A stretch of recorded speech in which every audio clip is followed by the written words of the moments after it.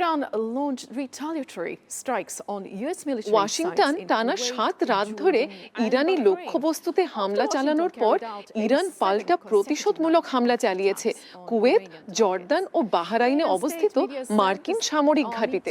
ইরানের রাষ্ট্রীয় গণমাধ্যম জানিয়েছে তাদের সেনাবাহিনী কুয়েতের আল আলদিরি ক্যাম্প ও আলী আল সালিম এয়ারবেসে গোলাবারুদের গুদাম, সদর দপ্তরের ভবন এবং যোগাযোগ স্থাপনা লক্ষ্য করে হামলা চালিয়েছে। জর্ডানে ইরান জানিয়েছে তারা আল আজরাক এয়ারবেসে জ্বালানি ট্যাঙ্ক লক্ষ্য করে হামলা চালিয়েছে। কুয়েতের সেনাবাহিনী জানিয়েছে তারা ইরানের দ্বিতীয় দফা ক্ষেপণাস্ত্র ও ড্রোন হামলার জবাব দিয়েছে।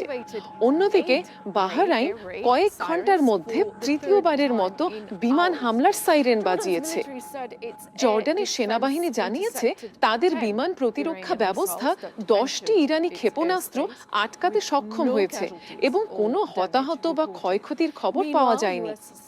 এদিকে মার্কিন সেন্ট্রাল কমান্ড জানিয়েছে আমেরিকান বাহিনী ইরানের বিরুদ্ধে টানা 7ম রাত হামলা চালিয়েছে, যেখানে নজরদারি কেন্দ্র, সামরিক সরবরাহ অবকাঠামো, ভূগর্ভস্থ অস্ত্র গুদাম এবং সামুদ্রিক সক্ষমতা লক্ষ্যবস্তু করা হয়েছে।